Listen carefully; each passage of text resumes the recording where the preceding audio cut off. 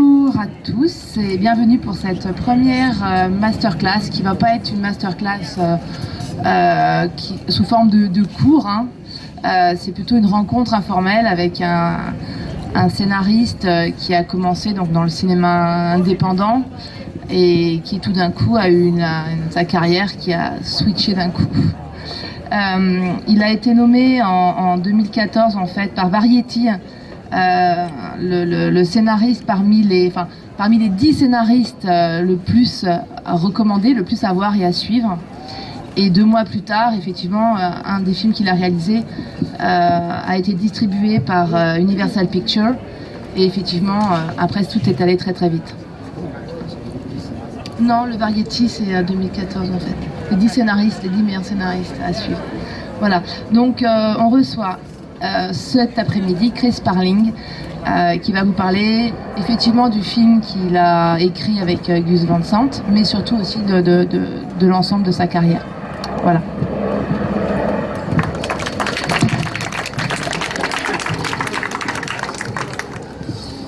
Yeah, the first question is where does it start? Where does your writing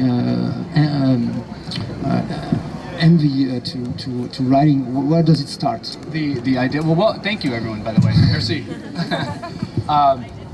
The idea itself, or the writing process, or both.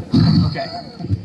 The idea itself is probably the same as a lot of you here. You know, as you're walking around your day to day, you're in the shower. It's there's no divine inspiration. I feel like if you sit around waiting for the muse, if you sit around waiting for this inspiration, you're going to be waiting a really long time. Because I'm not entirely convinced that such a thing even exists. Maybe it exists for the great writers of history, maybe, but I have a feeling that it was more to do with just the willingness to take that leap, to start writing. And your desire, at what time in your life, where the time? When did you desire to write? What time? Yeah. So I started years ago as an actor, and I was living in Los Angeles. And it's interesting that, and I've told Gus this story because, in a way, he was instrumental with me becoming a writer. So I was in Los Angeles doing the struggling actor thing, and it was right around the time that Good Will Hunting came out.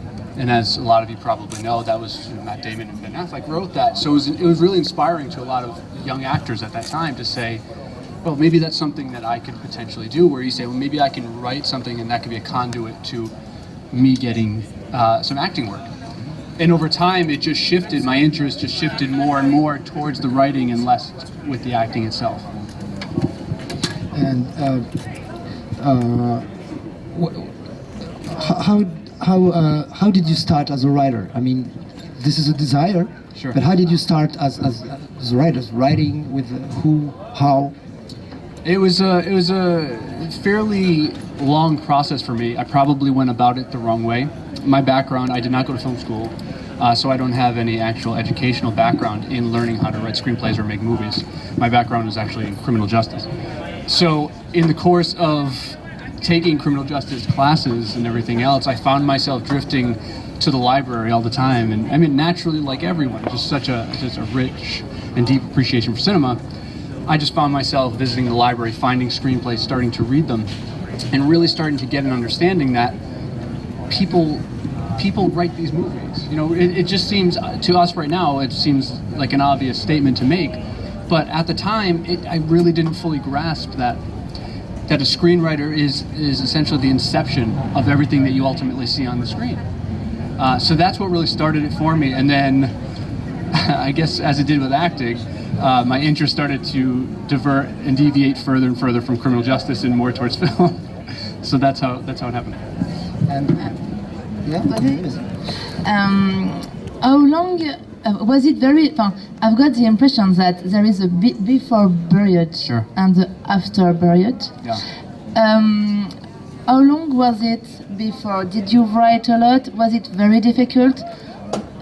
What's the process until period? Right. As an experience. Yeah. So for a number of years prior to that, I was just writing script after script. This is going back maybe 10 years ago started. And it was at a time where access, and we had that discussion briefly out there about access being very difficult for you guys at the moment out here. We talked about the blacklist, the submission service aspect of it. That didn't exist back then, period. So it was really difficult as a screenwriter to actually just get someone to read your screenplay. That was the biggest obstacle. And in a way, at the time it was frustrating because I would write a script, I would write fade out, take a second and go, all right, I guess I'll start the next one, because I really didn't know who to send them to. And so, in a way, as I was saying, I think it was a benefit to me in my craft because it forced me to get better, to read more, to write more, until there was that opportunity for access. And I feel like it kind of worked out well in that I was finally ready to actually show my work. So an interesting story about the before to buried and post-buried. So I had been for a number of years at this glacial pace, writing screenplays and again, the few points of access I had getting the scripts out. And one of those people is actually that gentleman in the back, right there, my manager. And so Aaron wasn't my manager at the time, but he was someone that I, in the course of my research of saying who might be a good fit, I reached out to, and I sent him something that I'd created, and he liked it well enough to start a conversation to say, let's keep talking. And that conversation went on for about 3 years, where I would write something, send it to him, and he would say, it's good, but it's not quite for us, and so on and so forth it went. So then I was going to make Buried, I was going to direct it myself. I was a struggling writer, wannabe filmmaker by that point, and I thought I would make Buried for $5,000 and just do my best to make the movie. And so I had the script finished for about 6 months, and it was the only script I didn't send him. Because I thought, why would he be interested in my guy in a box movie? He wouldn't. And then one night, I just, out of true frustration with it all, saying, what's happening with my career? Because I don't know. I just sent it to him, and I said, well, if it ruins the relationship that I worked for 3 years to cultivate, so be it. And just the opposite happened, where he read it and really responded, and it just, as I said, from that glacial progression for 10 years, that's what then jump-started everything. And by the time you write and direct and act in independent movies, yes, yes. What did it give to you, this experience of a very independent movie, very low budget movie? For me personally, it made me appreciate what ultimately ends up on the page. You start to realize that these words have true weight. Beyond just the story and the ideas behind the story and the characters, this field of film, it's as much of an art as it is the collision of art and commerce, and it's tough to do this form of art without the capital. And so what it taught me was how to write in an economical way, not just in terms of what's on the page, but in true economic terms of how to budget a film. How to make, and that's where Buried was born out of, the idea to make a very budget-friendly film. Do you think Buried find the right way as a script because you wanted to direct it and you write it as a small-budget film? I'm sorry. Do you say, because you send a lot of scripts that didn't find the right way to the right person. This one, you wanted to direct it and said, okay, I'm fed up, I will do it anyway. So I write something low budget. That's the idea. Correct. Do you think that because you had this process of thinking about the cost of the movie, he find the way to the right person? I don't know if it's what helped it find its way to the right person, but I do think it contributed largely to that break of the pre-buried and the post-buried, of starting my career and getting that movie made. And my other question is, Buried is a beautiful story because he had a lot of awards. He went to Sundance, and we saw the movie. We liked it very much. As a screenwriter, it's really, you had to find so many ideas. So it's very like a piece of art for a screenwriter. But really, were you? How do you feel? Because you are a screenwriter director, so because this film had a great success and you wanted to direct it, and now because you know the story of the film. In some point, do you think that, oh shit, I should have directed it, or never? No. How do you feel about this? No, certainly because of the outcome of the film, I was so happy with. I mean, truly, and I've said this many times, is that what Rodrigo Cortés did with the movie exceeded the movie I had in my head. So not for a second do I regret it. And secondly, it would have been really, really difficult to get the movie made in the way it was made with me as a first-time director. We might not be sitting here right now if I was absolutely adamant about directing it. I know we hear those great, like, Rocky stories of people sticking to their guns, like Matt Damon and Ben Affleck, sticking to their guns. No, I will be in it, or I will direct it, and that's great when it works out. But I would guess that there are far more instances where it doesn't work out that we never hear about than the few where it does work out in that way. So it's very important for the screenwriters here or screenwriter director, because mostly in France, screenwriter want to direct, and they just they live with their project so many years, and sometimes it's very difficult to let it go. So and we said, if you have a producer, sometimes it's better to let the movie go, and the project go, and start the career more faster and faster. Sometimes it's good to but it's very difficult at some point for some. Sure, because especially if it's been this long gestating story that you've been living with, and you feel very connected to it, and it is difficult to hand that over to somebody else. But there's the difference between the job, so to speak, and the career. If you want to look at it in those kind of practical terms, in a job way as opposed to an art way, just for the sake of this discussion, it's beneficial to you in the long game, in the long term. That was one of the first things that Aaron, I think he went into the shade, is what he asked, and he said, "Would you be willing to give up directing it so we can send it around?" And for me, it was an easy decision. Honestly, it was tough to let it go, but it was an easy decision because I had, like a lot of you probably, worked for a very long time to even be having that conversation. So the chance to get that proverbial big break, I had been chomping at the bit for a long time for that moment. So I was happy to. I have a question. How did come the idea of locked a man in a box? Where does it come from? I've never been locked in a box, so it's nothing. It's nothing like that. I in a way already half answered it, because it truly came from the place of I wanted to make a movie. I had made a short and things before that, and I got a good sense of the financial aspect of filmmaking. And I said to myself, I had very little money to make a movie, and how can I do that? So I backed into that figure, and the way I did it was on the page, where I said, well, I know the more locations I have, the more expensive it's going to be. The more characters, the more expensive, the more risk involved with more characters. Whoa, watch out, be careful. Talk about risk. So yeah, I knew that all factored in, and when you have such a small budget to play with, you don't have any room for error. You don't have any wiggle room. So I said, all right, well, I'm going to have one location. And I narrowed it down in terms of the cast to one person. And then it was, well, what is this movie going to be? It's going to be about a guy in a box, in a coffin. And I said, okay, great. I said, well, what is the movie? So I actually started off on a different path, where I wrote an entirely different script, which I've yet to ever look at again, probably because I'm afraid to. That was more of a horror thriller. Like more of like it was like a bad guy. The bad guy was more like the Jigsaw from the movie Saw, and it was probably terrible.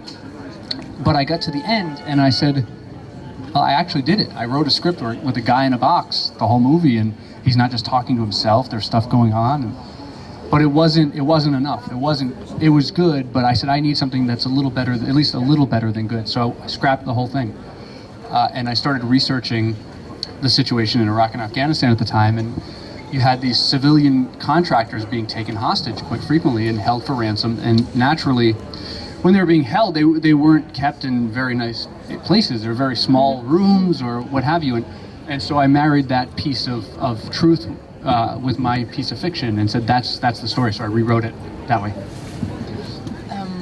How long did it take to have the script finished, and did you have problem with the end?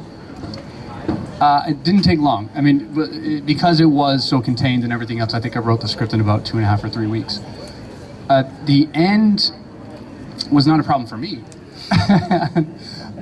It's when the script started going around and I was starting to have meetings and meetings with some great folks that had ideas for the movie, and it was a lot of, oh, let's cut to this, let's get out of the box and see what's going on, and then the ending, it's like, can we change that? I don't want to spoil it for anyone who hasn't seen it, but can we change the ending? And that's where it got trickier. You were asking me before about giving up this movie to someone else to direct. That wasn't as hard. What was harder was having to make the decision if I was willing to compromise on these major story points and elements. That was more difficult because I sensed there was something unique and special about doing it the way it ultimately was done and the way I wrote it. And so it was really tough to, again, have worked for so long to be in those rooms and wanting to kind of say, no, I really don't want to do that. So thankfully, a producer came along that wanted to do it the way I wrote it, and that's it. So about giving a project away, like giving one of your children. Absolutely, yeah. It does feel that way because I was saying, I don't know if you were here at that point. You've lived with this for a long time and you've raised it like a child, and you feel like it's a part of you, and you put so much. Really, you've imbued so much of your personality and things of your life. There's things in Sea of Trees that are just right from my life. We were watching it last night. My wife, she was seated behind me. I feel her tapping me on the shoulder. She's seen the movie, but still, it was like, we've had that argument. Why is it on the screen now? So you put so much of this into it. So yes, it does feel that way.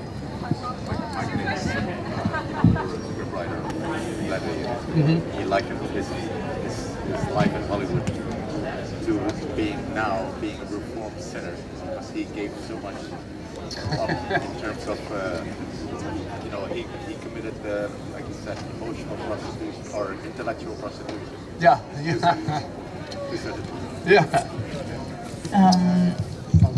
Wait. Let's talk about ATM. So obviously we must. We've got a question about this movie because it's still a story where people are locked in a box, Yes. a kind of box, bigger box. Slightly bigger box, yeah. And my question is because it's the same producer. Correct. And was it something asked to you, or a project you had like a second hand, or is it or something? Because you had a great success with the first one, and they said, okay, maybe. Yeah, we discussed it on the set of Buried. So we were at lunch, sitting at a table like we are right now, and he just asked me. He said, "Do you have any other contained thriller ideas?" And so, mind you, again, this is at a time where now I'm out in Barcelona at the shoot. This thing is happening at a rapid pace. Between when he said he can get it made, and he did. When I met with him, he said, "I don't want to change a thing about your script. I know the perfect director to do it, and I could have it in production in 6 months." And that's exactly what happened in Buried. So now there we were 6 months later in Barcelona, and we're having lunch, and he asked me, he said, "Do you have any other contained thriller ideas?" And I said, "I do, actually. I've been kicking around this thing called ATM." And so I just loosely pitched it to him. And it was just very casually, just eating in between forkfuls, just like, it's like, write it, I'll make it. So when the guy that is making your movie says he will make your next one, you tend to believe him. And so that's what happened. I wrote the next script, and it got made. I was very lucky that script, like Buried, ended up on the blacklist. And then that movie got made, I think, back in 2012 or so, 2011. Can you talk to us about the blacklist exactly? Sure. So are you guys, let me just ask you, are you familiar with the blacklist, anyone? Yes. I'm sorry? No. Not from the communist times, no, none of that. So the blacklist is really gaining a lot of momentum in the US, and it has been for a while. So it's a two-tier sort of thing. So for about maybe 7 years or so, maybe a little more, give or take, there's been a list being sent around by Hollywood executives. It started off very informal, just saying, hey, what scripts are you reading that haven't been produced yet? What are you liking? And so that informal list started to grow in popularity, where people were making that list actually started to become a high honor, and it's become more of an honor each year to make that list as it gets more and more known. So what the founder of the Blacklist did smartly is he realized that this is only currently open to essentially industry insiders, people that are working. What if we open it up to people that are trying to break in? And so he's kind of divided the Blacklist. So there's what I just described, and then on the other side now, the Blacklist is a submission service where writers from all around the world can submit their script for evaluation, as best I understand. Like I said, I wish it existed 10 years ago, but it didn't. So the best I understand it, you submit your script, they evaluate it, and because the individual, Franklin Leonard, who started the Blacklist, he himself is, an executive and everything else. It's very well regarded. So scripts that rank high and are evaluated high on his metric table, essentially, they are asked for by managers, producers, agents. So people are getting representation. People are getting their movies made. A man named Franklin Leonard. But you didn't need the blacklist finally because you had the producer. Right, I was lucky enough that my script, I had that was, like I said, there was that separate section that it has evolved into, but prior to that it was just the blacklist, the liked scripts, and I was very fortunate and honored that 3 of my scripts ended up on that list, ATM Buried and Sea of Trees.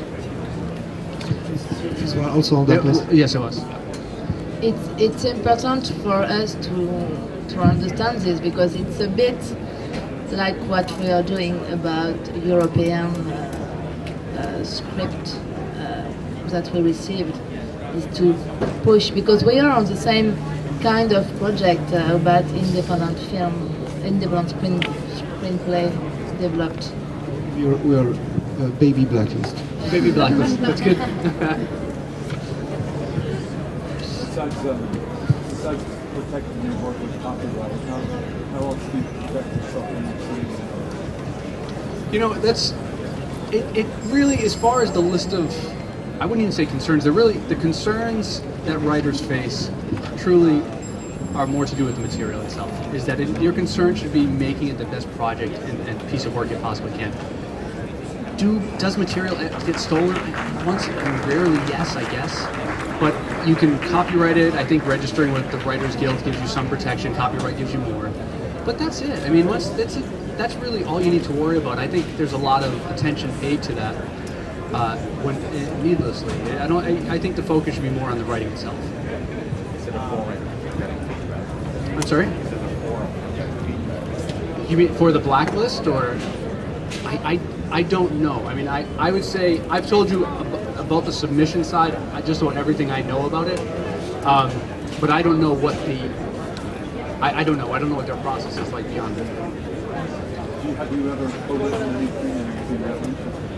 I did years ago. So when I first started writing, when I was in Los Angeles, I was writing comedy, strangely, and my writing partner at the time was an LA County sheriff. So he was about 10 years older than me at the time. And typical LA story was again trying to get people to read our work. And so he responded to a call. He gets sent to a house in West Hollywood, and got there, and the woman answered the door and said, I don't know, maybe my alarm went off or something, and still had to do his due diligence because for all he knows, she could be lying and grandma could be in the closet or something. So he's talking to her, okay, all right, seems all good. And so they get to talk, and she's a producer. And again, typical LA, he's a cop here doing his cop job. And just like, well, I wrote a screenplay. So that's how we got her into, that was actually my first kind of foray into the Hollywood system. I was able to have a few meetings out of that introduction and everything else too. That was the only time I've co-written it since. Ok. On posera les questions après, s'il vous plaît. Voilà. Okay, let's talk about the Sea of Trees. So how you have a question? Yeah, I had a question because it's Sure, yeah. before the. You were hired by Warner Bros. And Leonardo DiCaprio Yes. to adapt a novel, which is Blood and Snow. And I would like to, if you can tell us a little bit about how you working as an adaptation of a book. which is not exactly the same kind of work of an original screenplay. And if you had a relation with the author of the book, which is Joe Nesbo. Joe Nesbo. Yeah, I mean, that book was fairly unique because it was a very, I guess you can call it a novella. I mean, it's a very small book, so it was kind of ripe for building out that world more. So in a way, that was very freeing. It was almost like, a lot of times as a writer, your work comes from ideas that are brought to you, and those ideas could be this, or they could be very fleshed out ideas.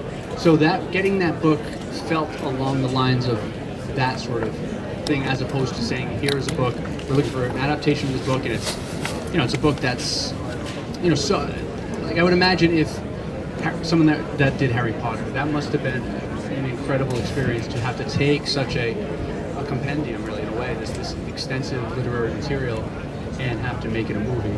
So with this particular experience, it allowed me the freedom because of that.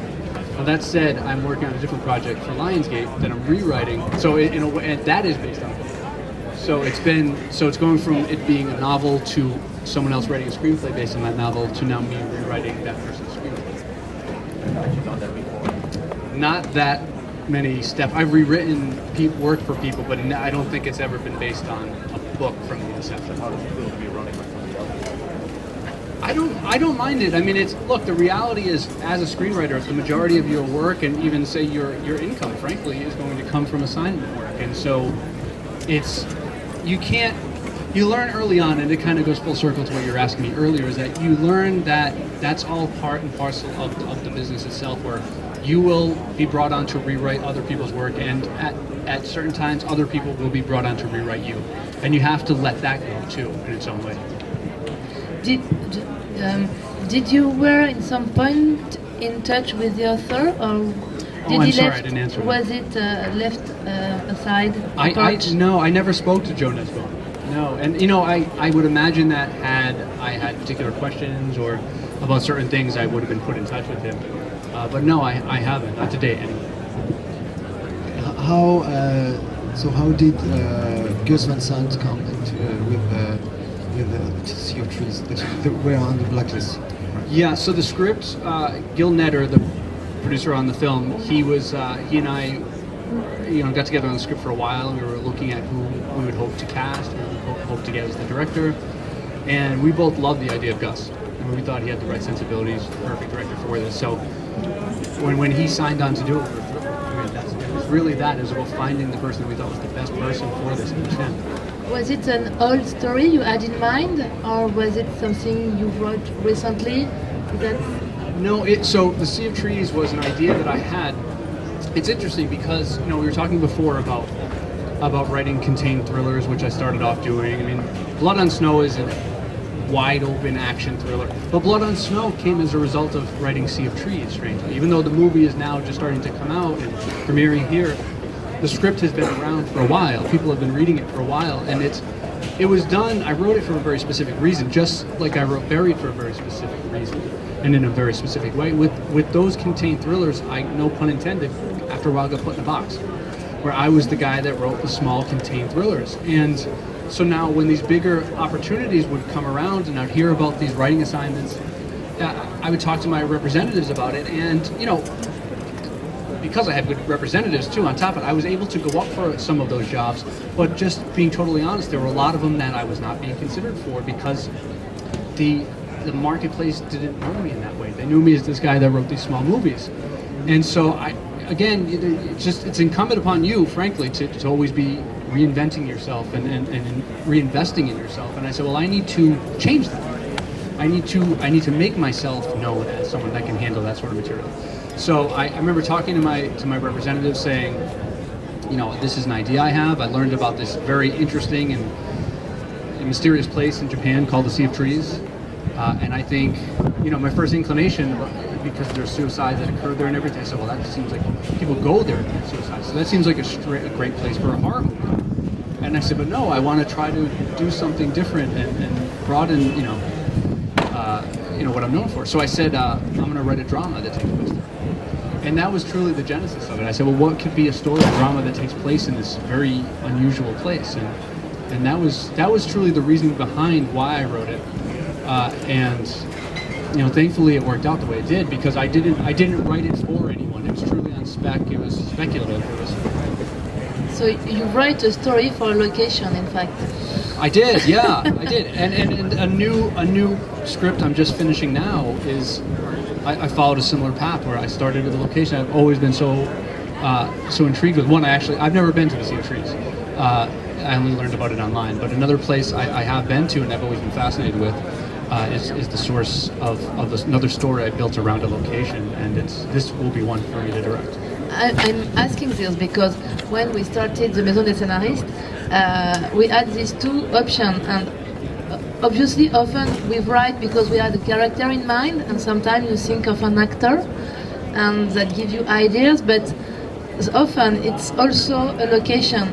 You just fell in love of countryside, of an image of somewhere, and say, oh my God, I would like to write a story for this place.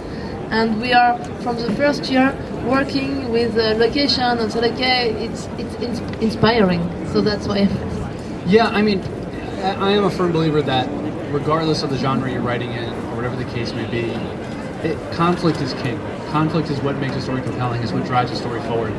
And I always find it interesting how location can not only itself be a character, it can very often be a source of conflict. And that doesn't necessarily mean you have to set your movie in the middle of the Sea of Trees or in a desert, and where it becomes a survival thing. It could just be that if you have a love story, if it's set in a specific location, that could be in and of itself a source of conflict. Why? How does that affect the love story? How does it make it impossible for these two to come together, just in terms of proximity? Do you have any final destination? It's here, Cannes. That's my final destination. All the time. No, but, and then the journey that you will take to get to that final destination is what you're writing. Sure. Is that what you know, like say what the ending is? You mean story-wise, not location-wise, David? Yeah, I mean, I think, and I know. Look, it's the sort of thing where people have their own way of doing this. Frankly, I mean, my way is that I'm very fastidious about my outlining. I don't like to kind of wing it. I like to know where I'm going. I like to know certainly where this thing is ending. What the goal? Yeah, what the goal is. Yeah. Sure, I won't start until I have my whole story beat out and thoroughly outlined. Yeah, the journey getting there is doing that outline. I mean, for me, if you allow me to kind of talk about this for a minute. Okay. So, for me, what I'll do is once I have an idea that I've settled on and I've spoken with that guy about, and we all agree that's a worthwhile thing to pursue. So, unless it's something that's being brought to me, and like we were talking about before, where I know what the ending is going to be, but that's still just kind of filling in those spaces. We'll say we're talking from a blank slate. If I have the idea, it's okay. Let me be able to write this movie in 2 or 3 pages, just Act 1, Act 2, Act 3. If I can do that, I know that I have a movie. I know that there's something there because I can see it in front of me that it works. From there, I'll develop out further where I'll do a beat sheet. So it'll be every beat of the movie. A beat sheet of just going down the line of these are the major beats of the movie. And that's more specific than what I just described, more or less. And then I'll go even further where I'll do a character breakdown, I call it, which is just truly creating a bio for each of my major characters, where I'll say what are their names, physically what do they look like, maybe physically what's interesting about them, maybe what particular habits they have, what flaws they have. And so I really try to build out an actual person. And sometimes I'll use some they remind me of these people, and those people could be people from other movies, from literature, from people I know. So they're becoming real to me. And at the same time, at that phase, what I'm doing is I'm doing my actual outline, which is every scene where I'll do a slug line, in exterior, pavilion, day, and then I'll write just what takes place in the scene, what's going on, who the characters are, what they want.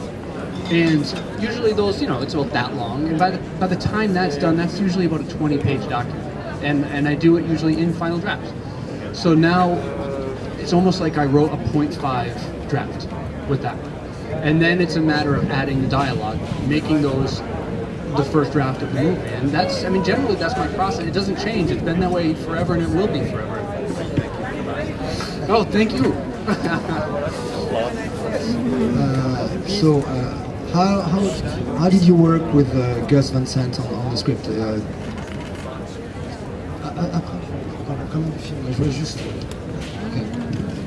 How did you work on the script with Gus Van Sant? So the script was brought to Gus. More or less, it was done. We brought it to him, and that's the movie. Again, being very lucky in many ways, it was the movie he wanted to make. It wasn't the spirit of a movie he wanted to make. So it wasn't a matter of let's go back to the drawing board and start rewriting and changing this. And I feel like that process, in and of itself, in a way, can become, overwhelming. But thankfully, Gus just said, what do you think about maybe this and this, very minor things, and I think Matthew, if I recall, had a few things. Hey, do you mind if we do? So I mean, very, very respectful of the process, and obviously that's reciprocal. But I was very lucky. He wanted to make the movie I wrote. So it didn't change. Very little. So you had the chance of a producer and a director that didn't touch. No, the producer. So the producer, when working with Gil Netter, I did drafts that he would. So I think Gil saw maybe the third or fourth draft of the script, and so once he was involved, then he was giving notes. So yes, he was involved in the development. But as far as Gus goes, no, it was more about bringing him the script when we knew it was ready to bring it to Gus Van Sant. And so thankfully, because of that, when he got it, he said, very, very minor things. I mean, naturally, in the course of what the movie you see on screen, it goes to editorial and everything else, on the later end. So the movie is a bit different from the script at times. But by and large, the movie he shot was the movie I wrote.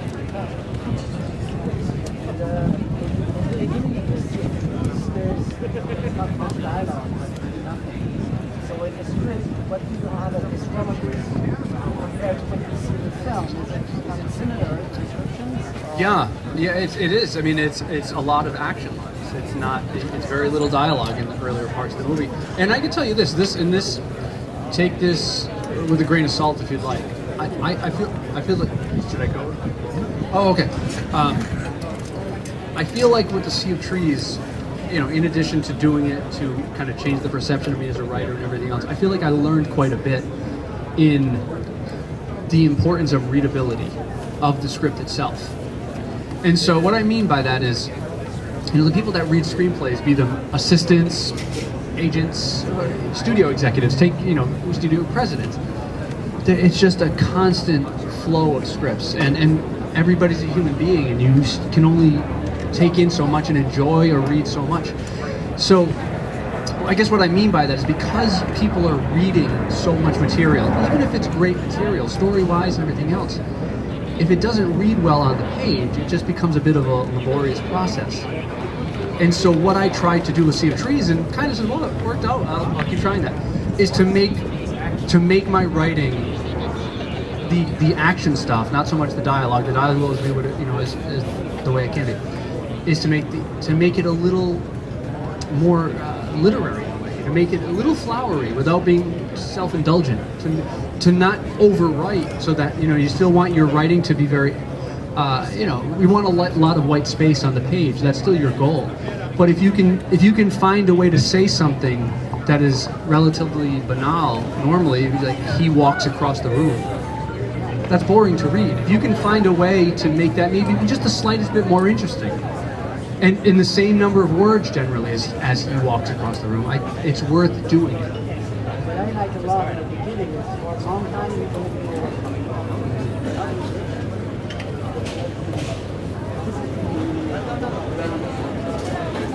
Yeah, I thank you for that. I mean, that's kind of the goal, is that you want it to be evocative and elicit certain imagery. I will leave my place to Georges, who is the only member of Maison des Scénaristes who have seen the film. Oh yeah. We were not lucky, we couldn't I'm the have one. a place to get to see the film. So maybe you already talk about it, but I like to know the roots of that idea. How does it begin? in your mind, I mean.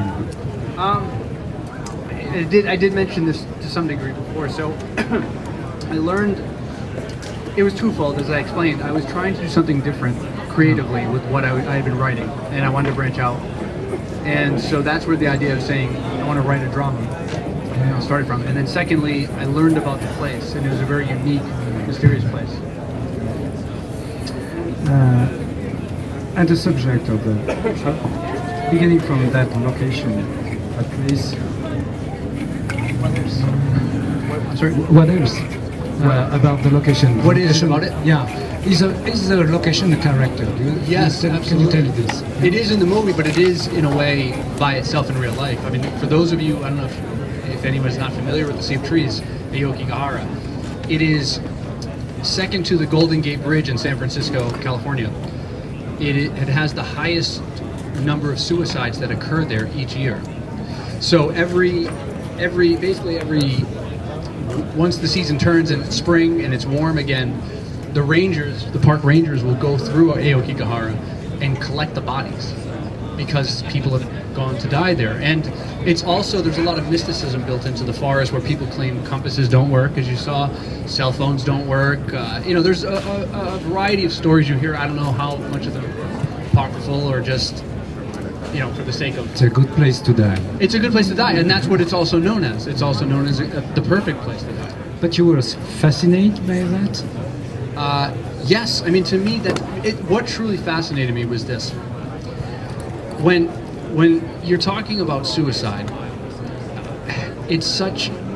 I mean, I can't wrap my head around where you have to be emotionally and mentally to be contemplating that. Thankfully, I've never been in that place. But what does fascinate me is that if you are in that place, it's one thing to say you are at home and you end your life in whatever fashion. You get a gun, you get killed, whatever it is. It's horrible. It's a horrible thing, but it's relatively immediate if you made that decision. For people to travel all the way around the globe and to do this and still do it by the time they get there. In other words, and that's where that scene came from, even to say just going through security in the earlier parts at the airport, having to talk to someone.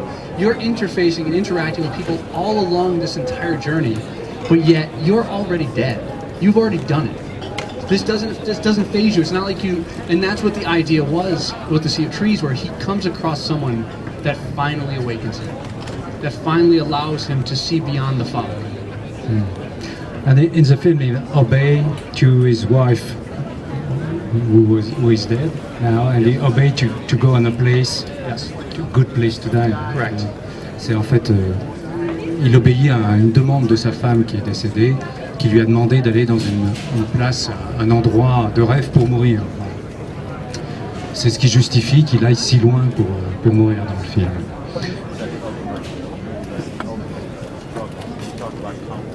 Yes. Man against himself is the ultimate Sure. conflict. But suicide is not necessarily a resolution. No. And speaking just of locations, I spoke to Brad Anderson, the director.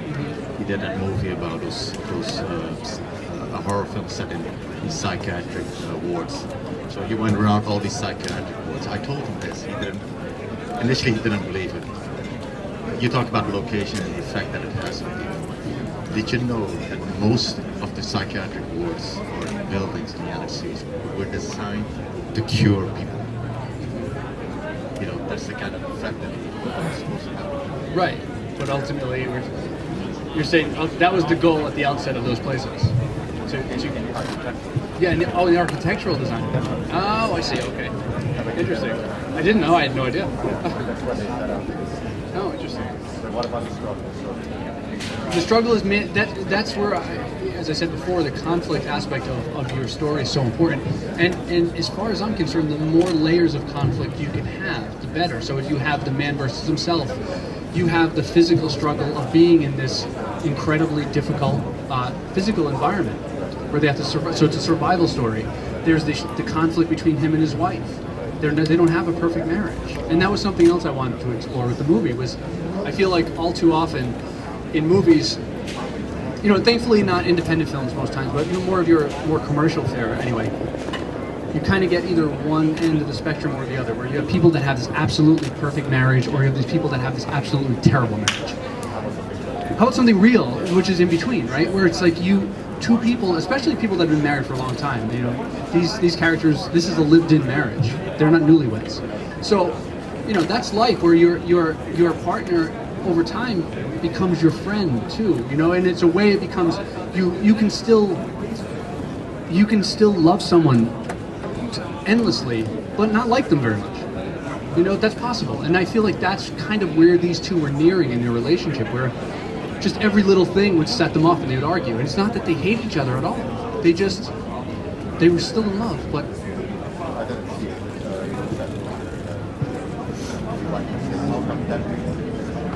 I'm sorry?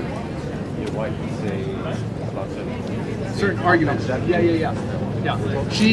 I can tell you specifically what it was. So there's a quick scene where they're driving, and she asks if he can find her lipstick. It's very just kind of like it's more of a scene of understanding that little bit of contention between them. It's kind of introducing that, and it was very simple. It's just, can you get my lipstick out of the glove compartment?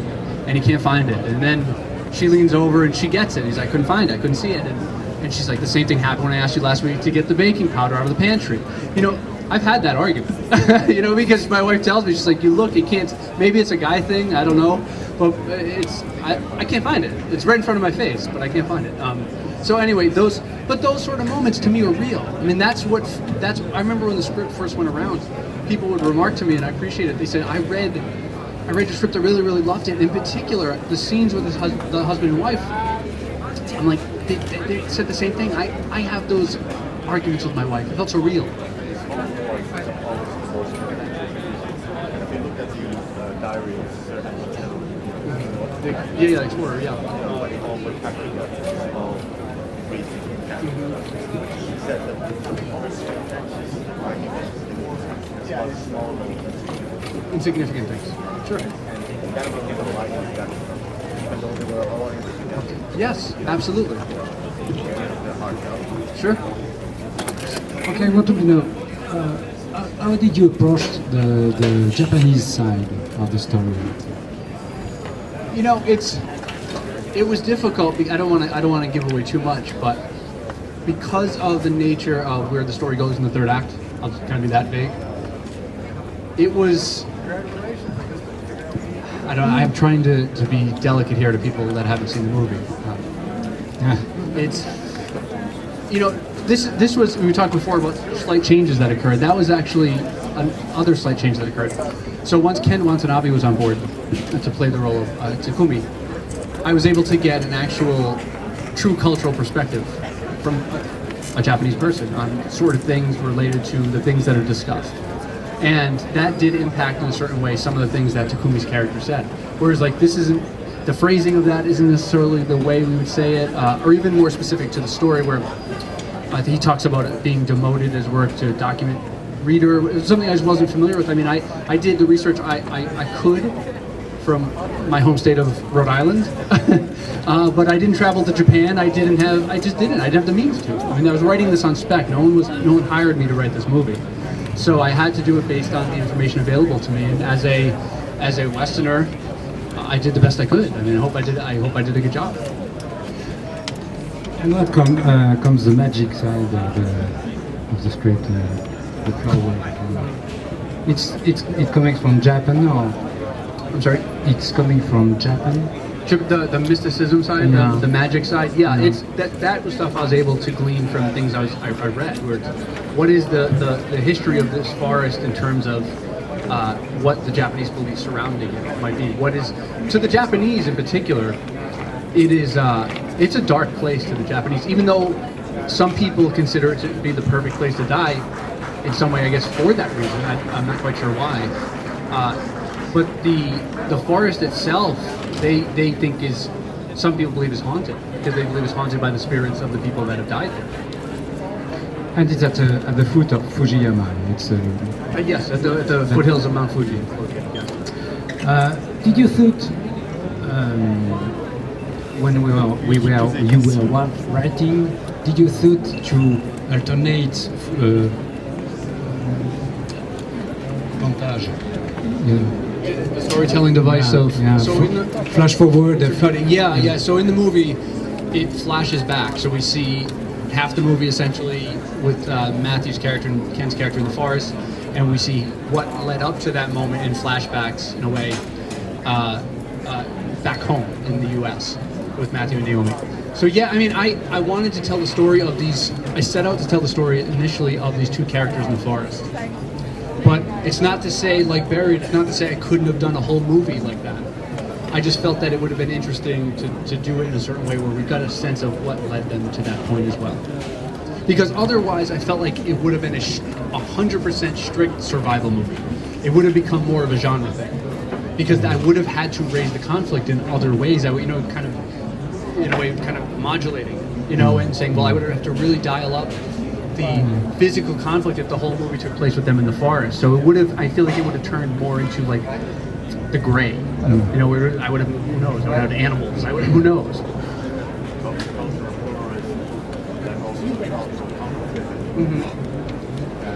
Excuse me, but we don't hear your question at any time. You speak like this and we don't understand the conversation.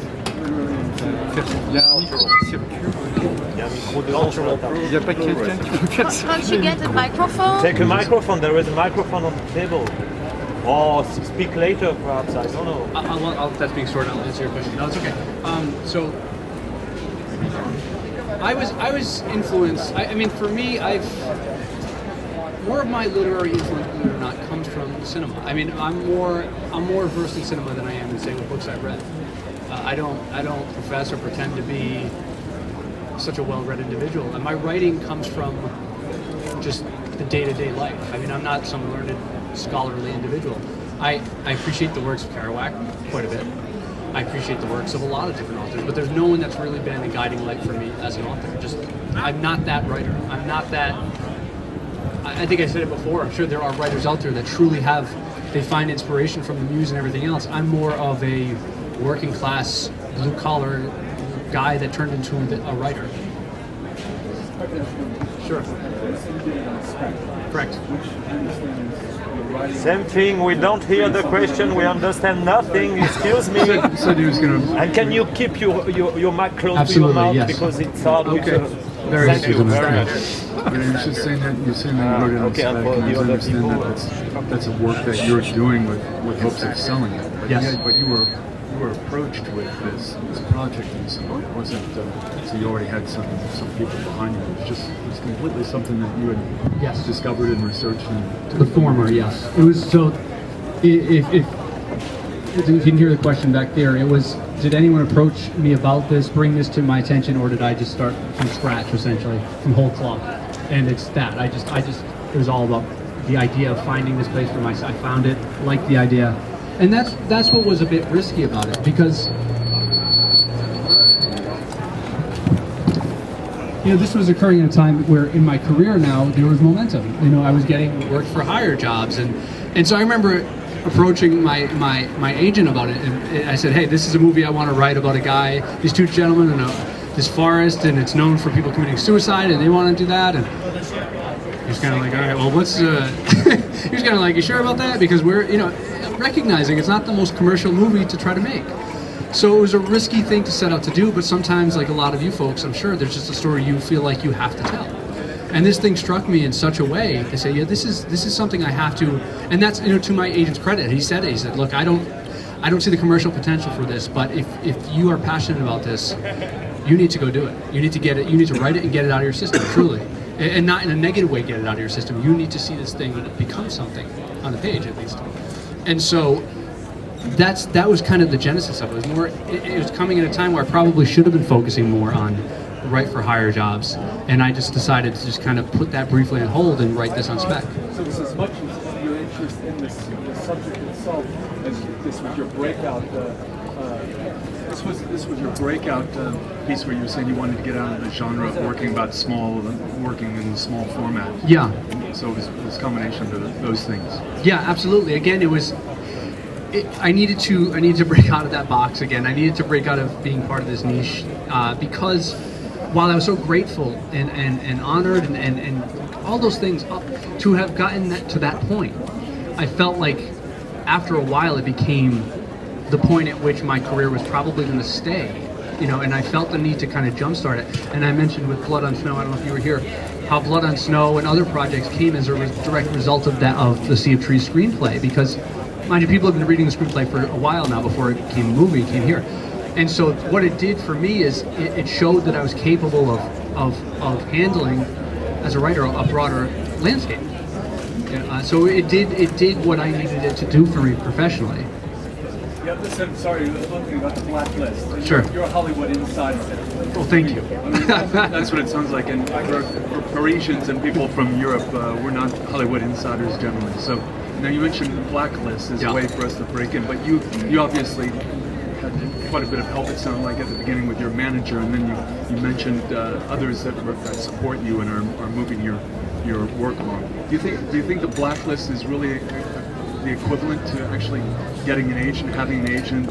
Is that the way to get an agent in Hollywood? Is that the only way to be seen in Hollywood? For people that may have not have been here earlier, just so there's that understanding. So the blacklist is two separate things. Okay, so there's the blacklist. We'll just call it the list. Okay, so if there's that list that still happens where Hollywood executives and agents all around that are reading screenplays from working writers are reading and saying, this was my favorite script I read all year, and those numbers get tallied up, and there are actual rankings, and that annual list goes out, and it's a high honor to get on that list as a working writer.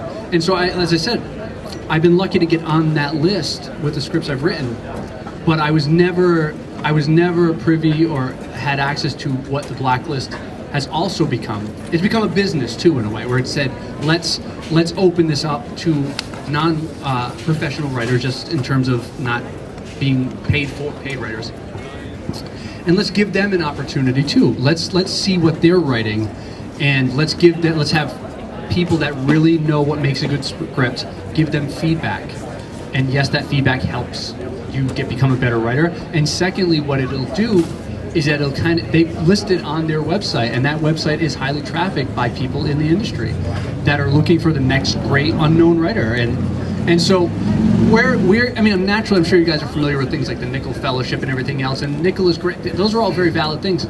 But as you probably also know, that there are just a surfeit of screenplay competitions and all these various things cropping up, and it's difficult as a writer when you're starting out to say, well, which one do I submit to? Because A, they all cost money, so I can't submit to all of them, and secondly, which one is actually going to do anything for my career if I win? And I can just tell you that how the blacklist is, it's like I'm campaigning for that. If Franklin Leonard gets a hold of this, he should thank me, because I'm really campaigning for him here. It's separated itself from a lot of that noise in a way, because you have someone like him that's very, very well respected in the industry running it. It's not just someone that no one knows and might just truly be stealing people's money. Interesting you didn't mention anything about Amazon and Netflix. Is that an avenue opening? It is, but I mean, again, to be totally honest, I know at one point Amazon kind of had a thing where they were accepting submissions from, unrepresented writers. I think for a while back they were doing that, but it's got to the point now that they operate as studios now. I mean, it's very difficult to get scripts read in those places without representatives. Ok. Ouais, j'ai fini.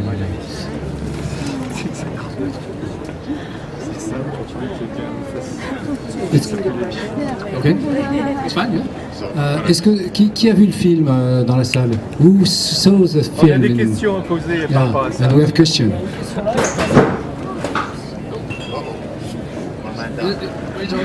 Is it okay? But Sure. please ask a question. Don't go on dans un échange. Not just a ping pong, you know.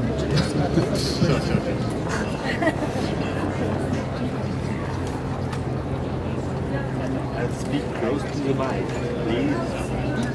Like this, not like this. You're gonna teach me how to speak in a mic? Yes, I have to. Well, we haven't heard your intervention. Eat. Not so long. Thank you.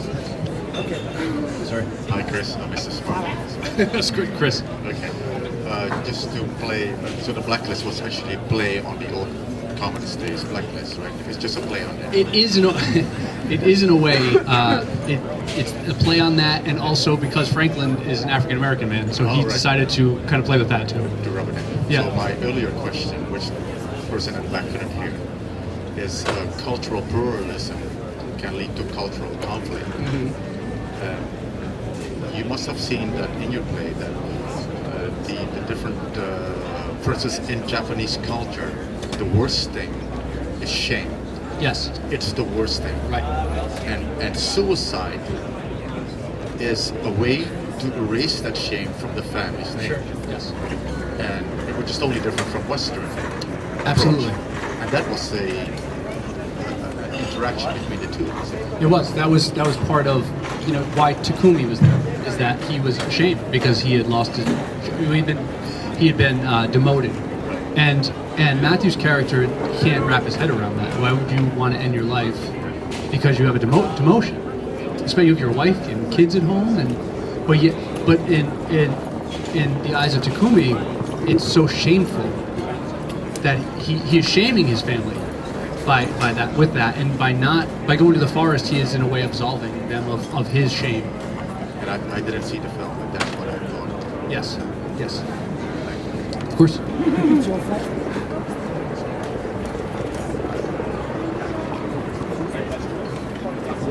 Merci pour aussi les gens qui sont derrière.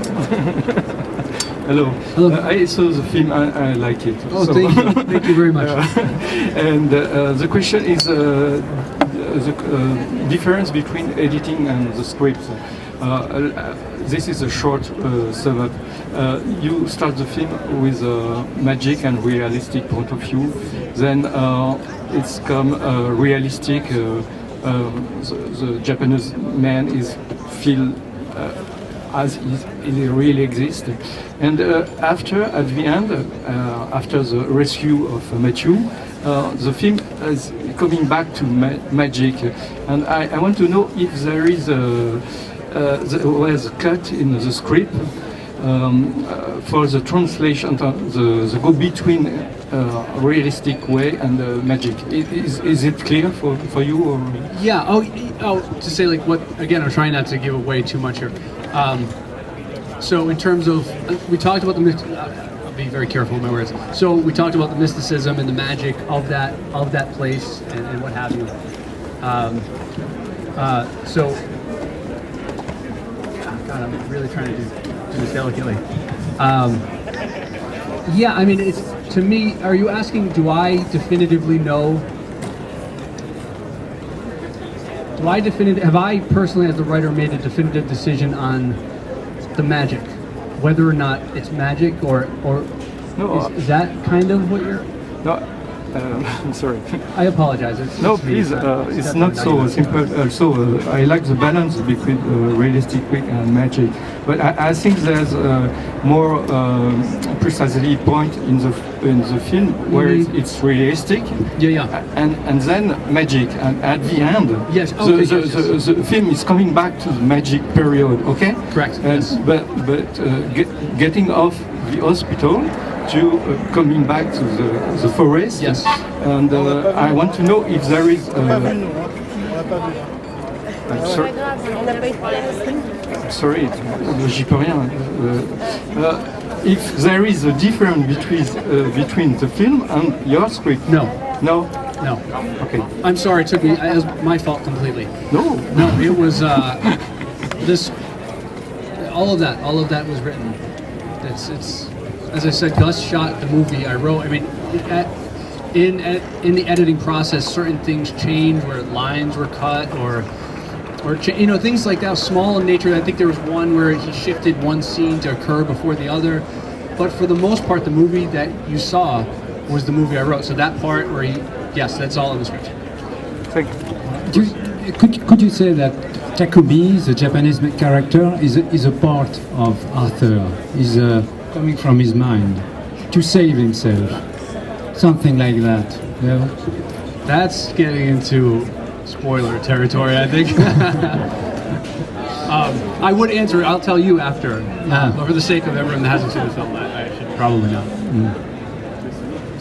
You always send the script out when you've taken it as far as you can go? Or you just send it out?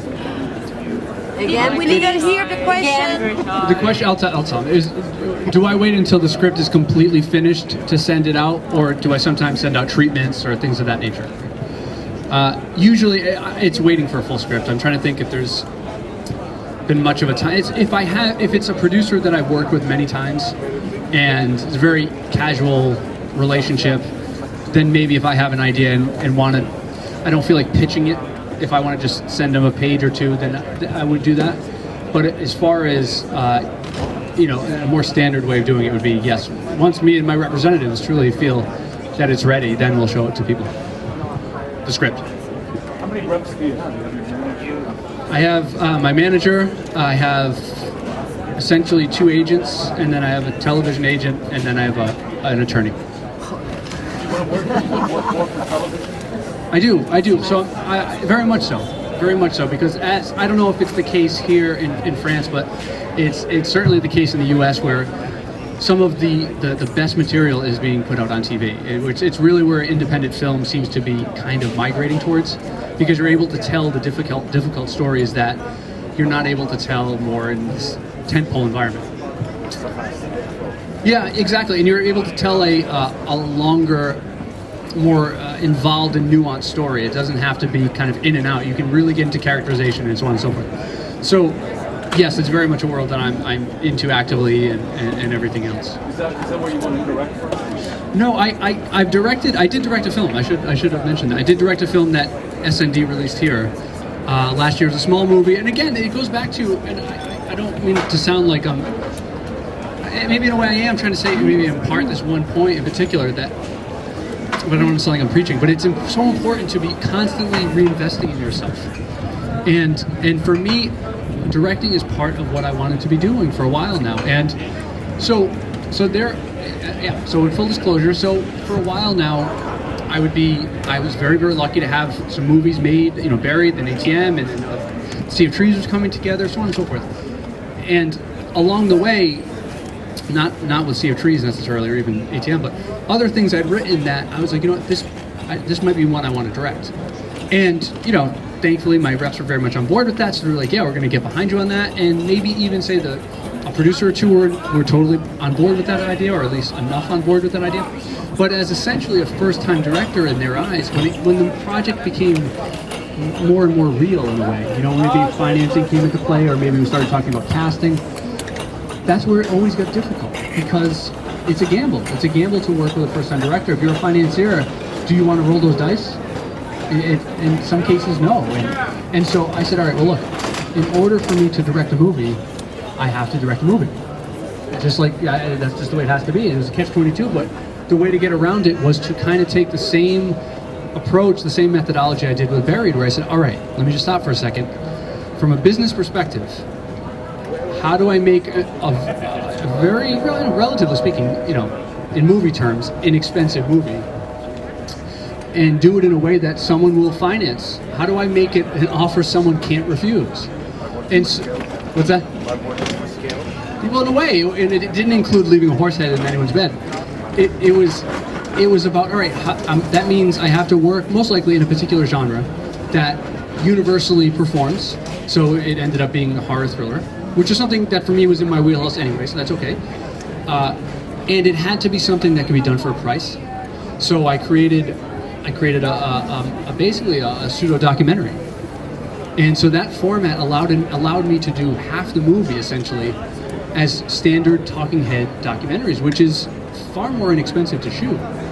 So you had more of like a Discovery Channel documentary blended with archival footage. So that allowed me to create what I felt was a fairly unique take on, a genre trope. With we're talking about possession, and in my case, it's about the military's weaponization of possession, and telekinesis, all that stuff. So being able to present that as a package, as opposed to just saying, well, here's a script I wrote. It was a matter of meeting with folks and saying, this is the script I wrote, and this is how I want to make it, and this is how I can make it for a certain price. And it became a very difficult thing for producers to say no to, and it allowed me that entree into that director's chair that I was hoping. It was a way around that catch-22. Yes, to be writing and directing. I mean, I will continue to write exclusively, just work on projects as a writer because I love doing that. And certain people are just really geared towards certain things as directors. I feel like certain people can really take material and do something with it. Like I said about Rodrigo with Buried, he did something with Buried I wouldn't have done with it. He really made it what it is as a film. And so for me, I'm really passionate about directing, I think, at this point anyway, my stuff. I don't know if I'm ready yet to start seeking out other people's scripts to direct. Yeah. Next time you'll have this talk. We don't hear you. Yes, sure.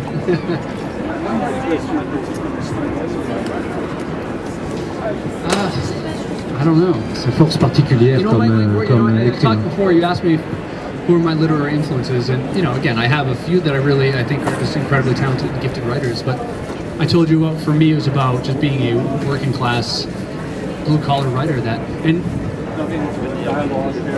oh, I know. You say, what am I good at? That's what I was saying. It's about that. It's about the work ethic. It's about I'm very happy and proud to be here, and for people and you folks to be sitting here and saying, good work. You did great work. We like this. We like that. I'm so grateful for that, and I appreciate that. But I'm never going to be the person that sits here and says, oh yeah, I'm pretty great, aren't I? I'm just about the work. I'm going to keep working. Someone may be better than me, but I promise you, I will outwork you. I will outlast you. Because I feel I wasn't handed this. So what's up? Well, the reality is, I worked for a long time. Maybe like a lot of folks, the point you're at right now, where I did this for free. I was working jobs I didn't like. I was doing all this stuff for years. So now where the page is finally turned, and this is all I do for work. This is how I support my family. This is everything. There's no way I'm going to work less now. Yeah, I mean, I feel like I can say that much. I feel like I earned this. I don't feel any shame in saying I earned it. But I will never say, oh, I'm here because I'm really good. I don't. That's whatever. But I'm so grateful. Some people seem to think that. Yeah, and I will be, because I mean, why wouldn't you be? If this is what you love and this is what you want to do, it's stupid not to be driven. Like, why go do something else if you're not passionate about it? I have one question. Hello. I'm there. Very pragmatic. Writing an art house movie, independent movie. What do you think about all those manuals like Save the Cat and Truby? Yeah. I mean, I think people. No. It's a great question, because people like to dog those things. They like to really just say, "I'll save the cat," and they roll their eyes and or whatever. All those things. I don't really have a problem with them. I think they're very helpful when you're starting out, because when you're screenwriting, when you're starting out, you're juggling a lot of balls at the same time. You have to remember about format, because this is all new to you. You're worried about format and structure, and you read this about dialogue, and you went to a class, and it's so much to remember. It does impact you when you're trying to write, because your mind isn't necessarily clear. It's not focused on the writing. So I feel like those things like Save the Cat, I feel like they're helpful at the outset to get you past that hurdle. To say, all right, it gives you a good sense. I don't necessarily subscribe to the idea that on page 12 is when the inciting incident occurs. I don't necessarily buy into that, but I feel like they're good general guides, because most movies, not all, but most movies do tend to follow that to some regard. So I feel like when you're starting out, they're great guides, but I think as you get better at your craft, that's when you can kind of start letting go. It just becomes instinctual, as many of you probably feel with your own writing, where you don't need to worry about that anymore. That just happened. You know when this stuff should happen. You certainly don't worry about formatting anymore. So I think it's a great jumping off point. But above and beyond that, it's nothing to live and die by at all. And don't you think the real start is the subject? Don't you think the real start is the subject of the film? Yeah, sure. And be it the person, or whatever the case may be, the topic, the idea. Ideas come to us all at various times, sometimes at the strangest times. And as I said, you decided, probably all of you have the list. Tonight you'll go to bed with 20 ideas for a movie by the end of the day. and it's kind of about sifting through that rubble in a way and finding, that sounds trite, but finding that gem, finding the one that really is speaking to you, and you're going to invest however long, and that's another thing not to get hung up on, is how long it takes you to write a script. It takes you what it takes you. I personally believe it shouldn't take you too long. I feel like some people, not to walk back what I just said, but I feel like some people dwell so much on every little thing, and what ends up happening is that whole paralysis by analysis thing, where they never finish it. Never. Years go by and they're still working on that screenplay. That's not going to get you a career. It's not, because even if that screenplay turns out to be a masterpiece, you better learn really quickly how to write much faster than that for your next one, if you want it to be a career. So I feel like take the time it deserves to get it right, but don't take forever, because we're humans and forever is an impossible dream.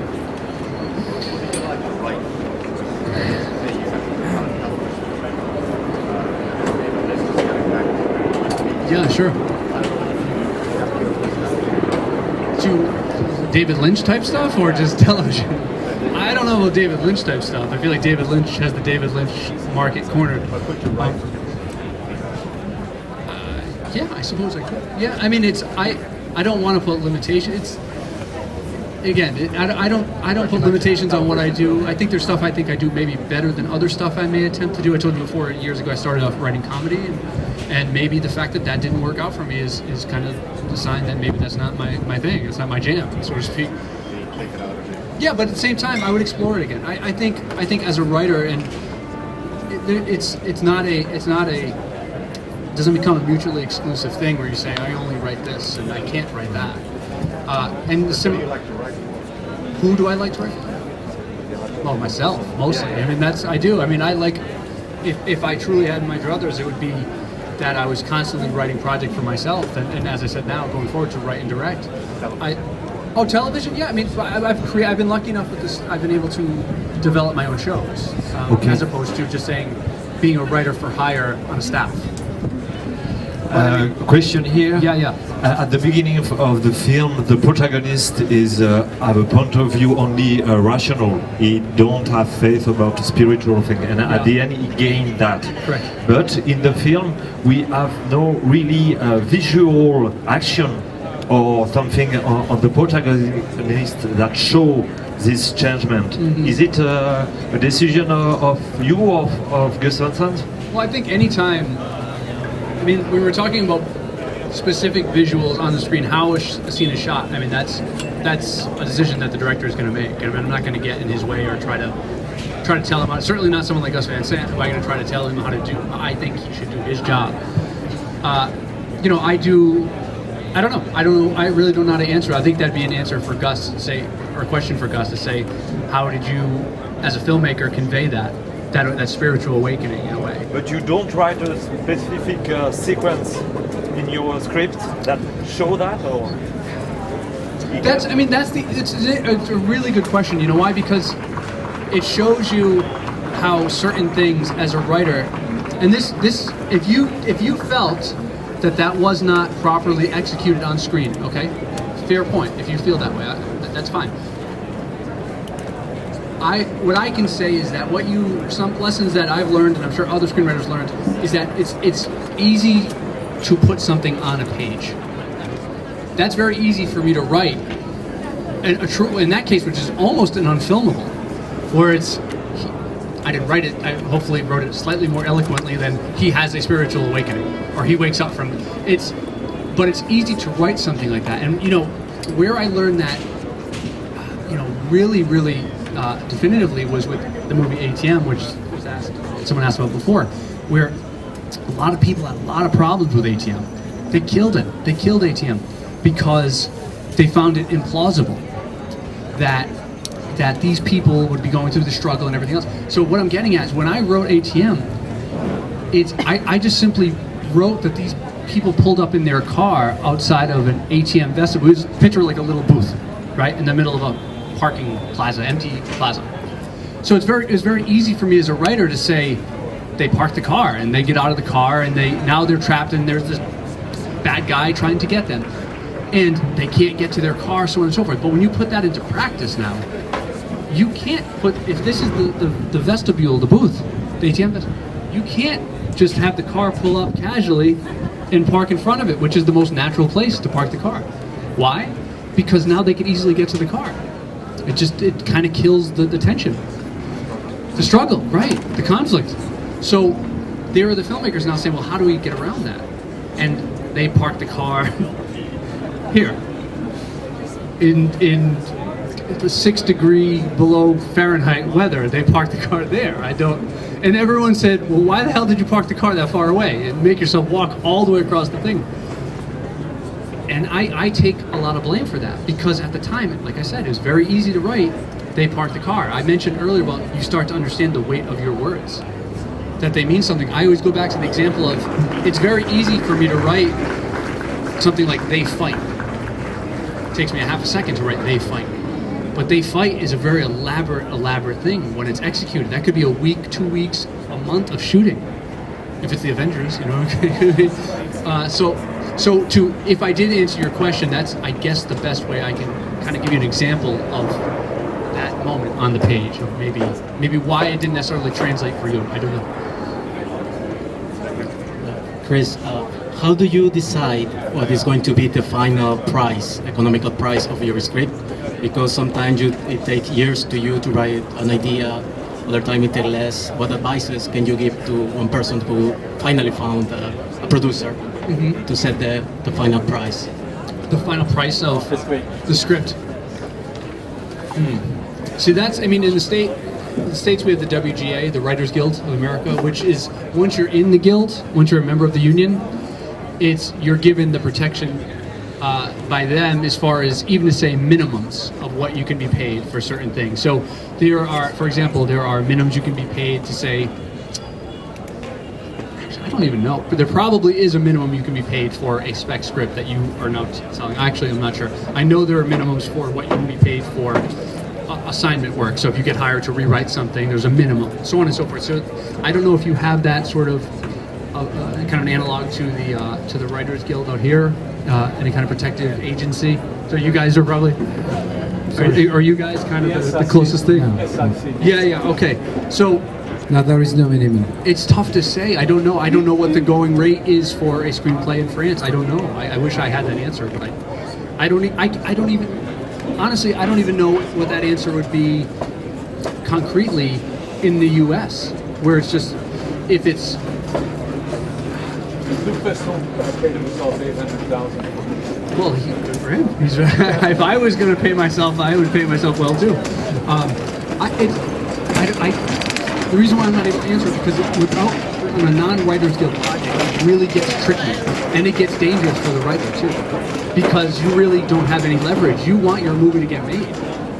So if you're kind of, it's not you're saying, I want this movie to get made. And in your head, you're probably thinking, shit, I'd probably let them do it for free if I knew it was going to get made. But you don't want that. You want to get paid. You feel like you earn that money. So naturally, it's a very difficult, concrete answer here or even in the States. I would ask around. I mean, that's what I would say. I mean, ask not just necessarily other writers, but producers too, what they think that might be worth. And it also has, I'm just kind of trying to figure it out in my head too, to give you a better answer. The budget is going to impact that. If it's a very small budget film, you can't expect to get paid a lot.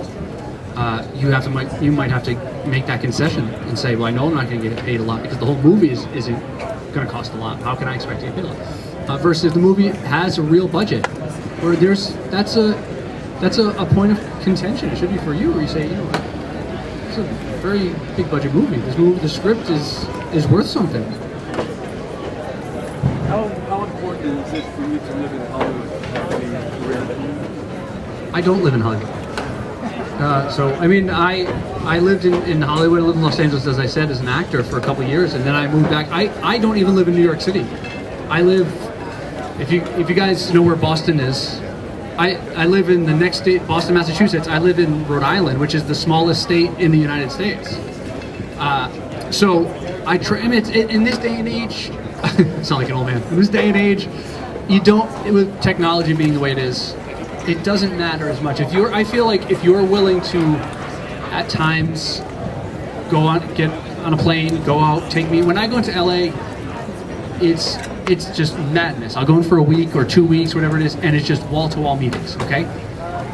Now, I don't think it's necessary, you know, I mean, especially when you're starting out, I mean, I would, it's tough. I mean, to move to LA, if you haven't broken in yet, it's tough because ultimately, what is the difference between writing in a Starbucks in LA or writing at a coffee cafe out here?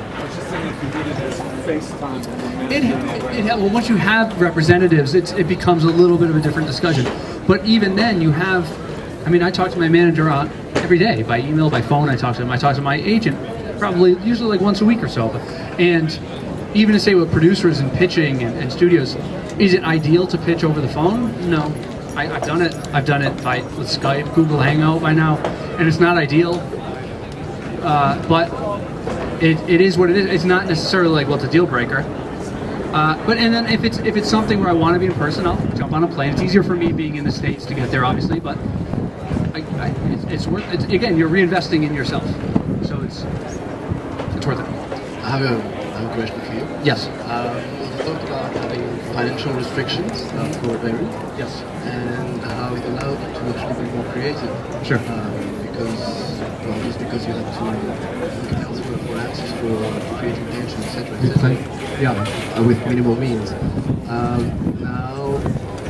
Now that you can pretty much do anything you want, write anything you want.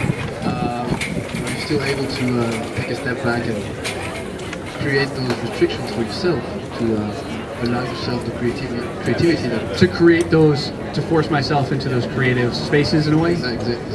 Yeah, I think that's important to do that. You know, I think it is. You know, sometimes by virtue of the project itself, it may be kind of part and parcel, or those restrictions, those creative. You always want to find the creative solution.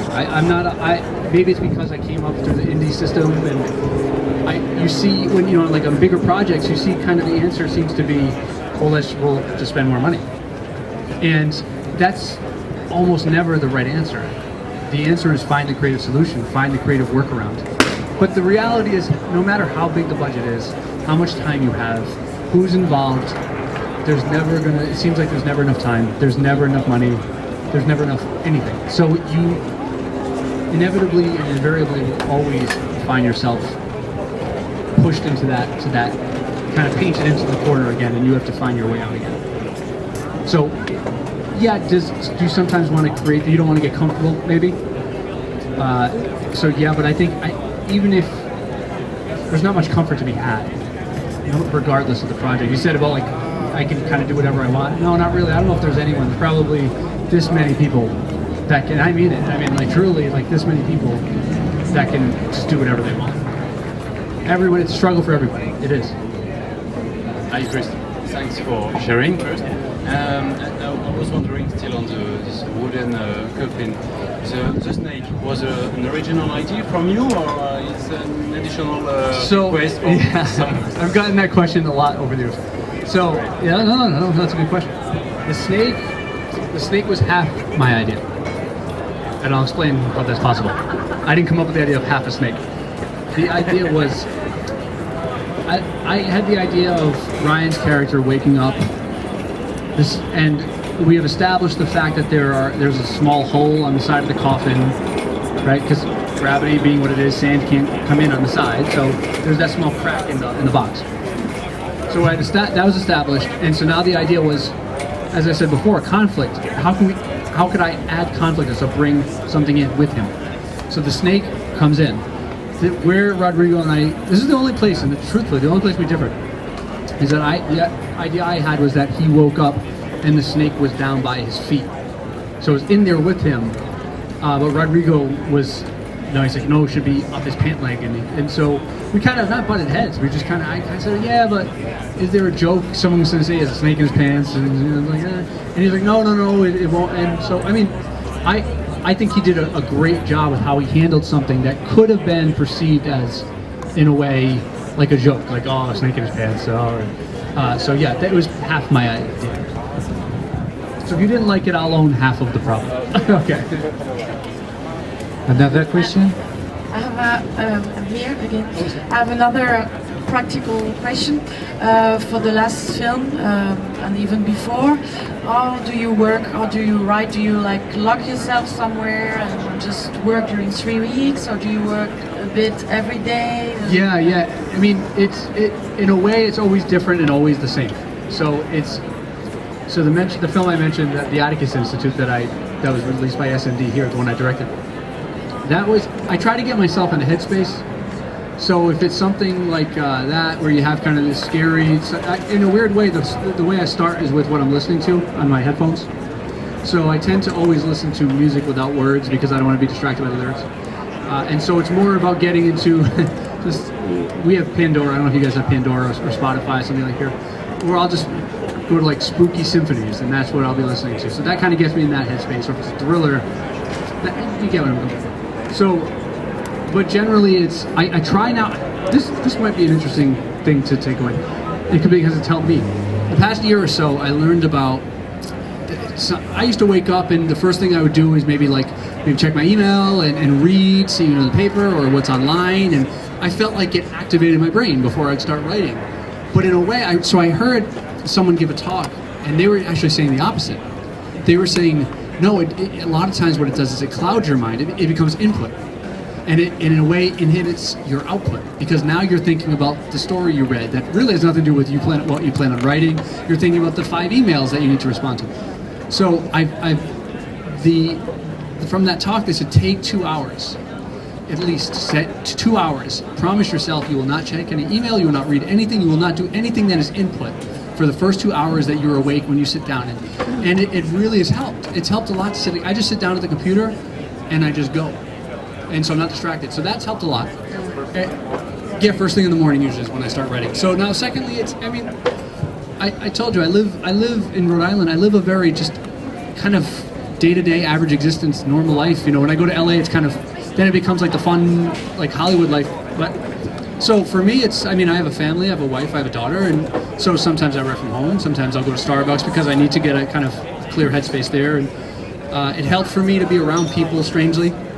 Yeah, it does. I'll tune out the headphones, but sometimes there's a reminder too, is that I think with dialogue, you just really, if you need a reminder of what real dialogue sounds like versus movie dialogue, you just unplug for about 5 minutes, and you say, yeah, people don't talk normally in constant flowing dialogue and long monologues over and over and over again. And people normally just speak in short clips and phrases. And if you want your dialogue to sound real, you want to mirror that. You don't, it needs to be kind of bouncy. It needs to work in that way. So that's kind of my process, in terms of, I discussed before about the actual process of the outlining and everything else. So really, regardless of the movie, it's kind of that process. I'm gonna flesh out my synopsis in a page or two. I'm gonna do my beat sheet, and then I'm currently doing something, a studio project that I'm at the point where I'm doing my outline, the one I described before, where scene by scene, every scene that will occur in that movie, so that when I open Final Draft or whatever screenwriting software you guys use, I don't have to think about that. And there are people that have the ability, apparently, to just open up screenwriting software and just go, and they create brilliant stuff. I'm not that person. So that's it. Sorry, what did you say about the synopsis? You write first the synopsis and... Yeah, so usually for me, for anyone that wasn't here before, so my process, not to sound pretentious, I hope, but is I will usually, when I settled on the idea I want to go with, I'll write a 2 or 3 page version of the movie. So just in paragraph form, act 1, act 2, 3. And from that I can tell, I can say, yeah, there's a movie here. Because I see it, I'm reading it, it makes sense, and there it is. And so when I've made that decision now, I'll then flesh out further and it becomes the beat sheet, and then the outline, and then the actual first draft of the screenplay. But sometimes is it not easier to write the script before and then write the synopsis? Maybe. I did both, so I'm interested. It could change too. Afterwards, what you, again, talk about things that invariably happen, is that even though you have your outline there, and even say once you have your first draft, that script is going to change and change and change as you write it and rewrite it. And so what you have as your synopsis at the outset, if you were to write a synopsis of the finished product, it probably will be different in some way, shape, or form different. So You start. It's just for me. It's just like a tier system. It's like a building a pyramid. Where just you go broad and you get narrower and narrower as you go into the pyramid. Hi Chris, my name is Scott Hillier. Congratulations on your work. Thank you. I'm a writer-director. I shot a film in 2001 which won an Oscar in 2003. Pardon me. I'm working on a film at the moment with Nicolas Cage. I just wanted to jump in there quickly about your waking up moment. There's a great book that everybody here should read, which is called The Making of a Novel by John Steinbeck. Okay. And he used to write longhand every morning up to 10 foolscap pages to his agent, who's one of his best friends, just to get his brain started. Yeah. And it's a fantastic thing. The Making of a Novel by John Steinbeck, who's when he wrote East of Eden, fabulous, very inspiring. Just a quick question out of total curiosity. Sure. We've all written spec scripts and whatever, and we're just talking about it just before. How many have you written? Because we would write for nothing and pay people to make a film. We all get that. Sure. But how many have you actually written yourself? That just to date? Yeah, just on spec, just like. On spec yeah. before. I think I wrote about 6 or 7 scripts before I wrote Buried, and then so Sea of Trees was on spec, so that would be around 8. So 8 specs in total. But by this point, I mean I don't know how many total screenplays I've written. Probably 30, somewhere around there. But to your point about kind of the free writing, and also great. I totally agree. So something else I'll do that's helpful is more or less what you said. Where just type. Just sit down and type. Don't think about what you're writing. Just sit down. It could be about your script. It could not be. Just sit down and start writing. And it's amazing. I found it when the stuff does happen to be related to my script. When I decide to, you just write without judgment. And you just write, and it's amazing how much great stuff you can actually pull out of that. A chunk of it, you're like, that's actually a great little segment I can use as a piece of dialogue.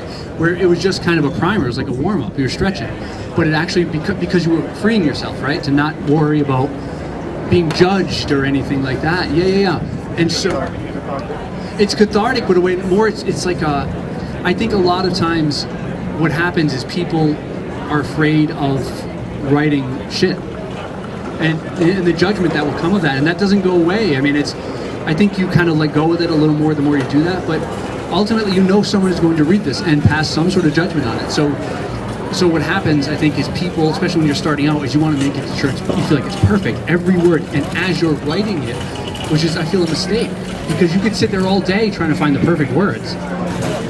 Yeah, and that's where when you're writing without judgment, this free writing sort of way, it just comes. And you know, and I've said this, and I said it recently, I believe in idea block. I think there's such a thing as idea block. I don't know if I fully believe in the notion of writer's block, because and why that is because if you're going to sit there and say, I have writer's block, I can't think of what to write. If you've done the idea stuff, and that includes kind of, like I was saying, fleshing out the story more, you know where the story's going, you can write.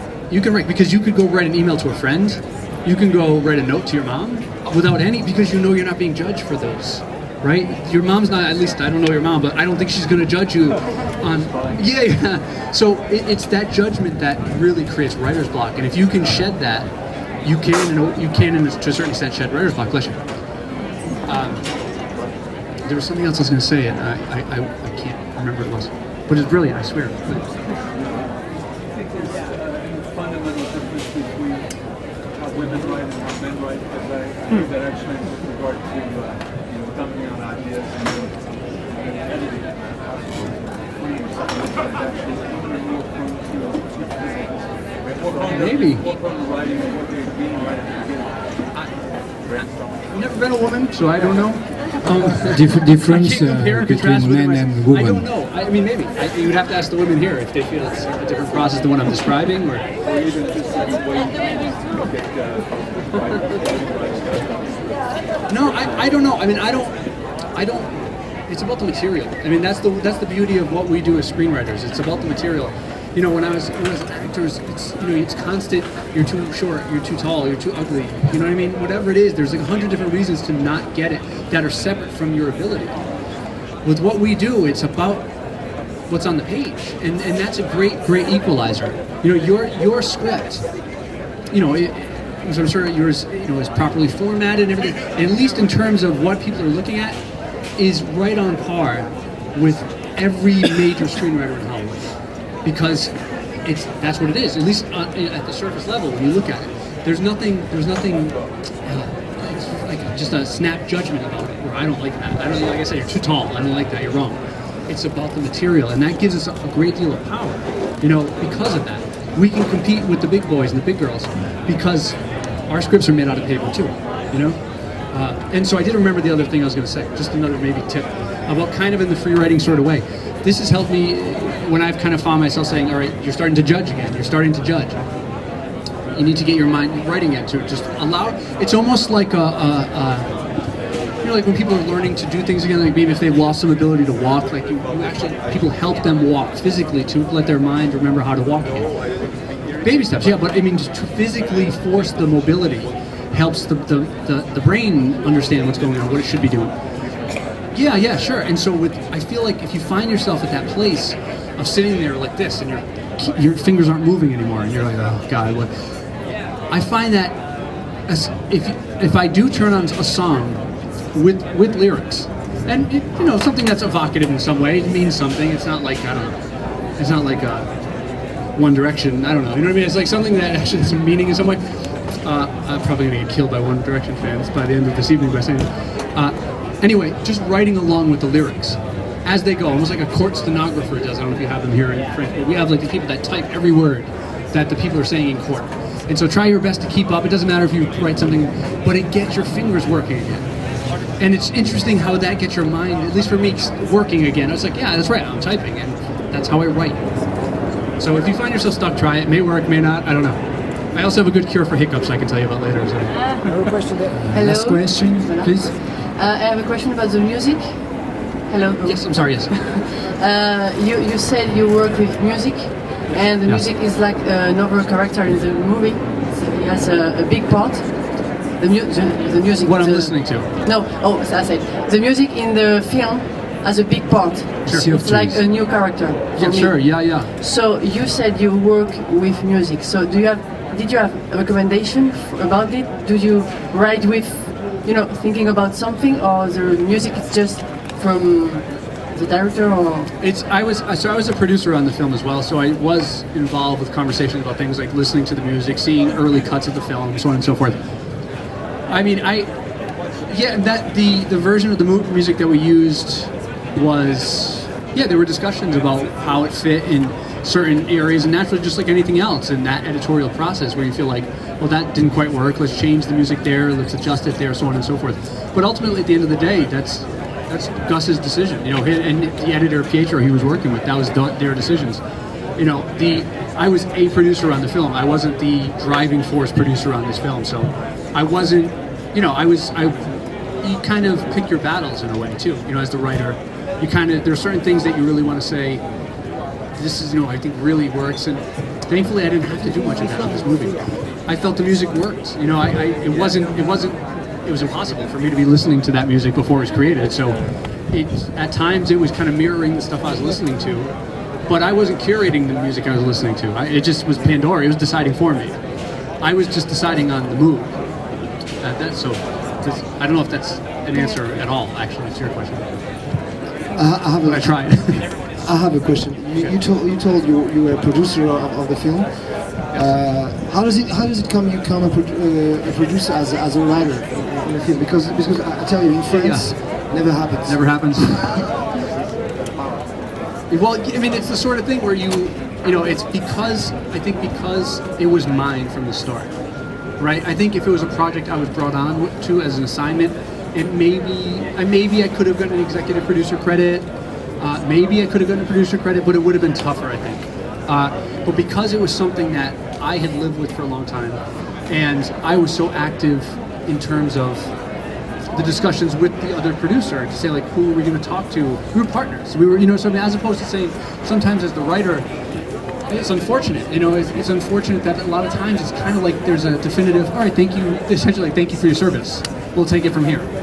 And I've been very lucky that that's not been the case with me, with directors and producers I've worked with, but it happens. And so because that wasn't the case, I was a partner with the producer very much from the get-go. So it wasn't outside the realm of possibility that I could also be a producer. So it was easy. I mean, easy. It was obvious you to be a co-producer. It wasn't obvious, I think, but it wasn't. Like I said, it wasn't what. You want to be a producer? You can't be. No, it was like, yeah, sure. You have a place at this table. I mean, because you've been at this table. And so it's something I was very grateful for too, because it wasn't something where I was a partner all the way through, and then as far as how that partner role is awarded and appreciated, I was actually given a title too. So did it give you I don't say power, but to discuss with Gus some directing points also, or choice? No, I think because the relationship Gus and I had was writer-director. So, and I liked it that way. Once the film was going, I kind of was content and perfectly okay with just stepping back from the quote producer credit I had. Because I felt like I mentioned just a few minutes ago about how sometimes there was that definitive cutoff point where the writers said, okay, thank you for your script, we're going to take it from here. That wasn't the case. It was all very inclusive, and so because it was, that was the relationship that I appreciated most, and that's the relationship that we kept as opposed to producer and director.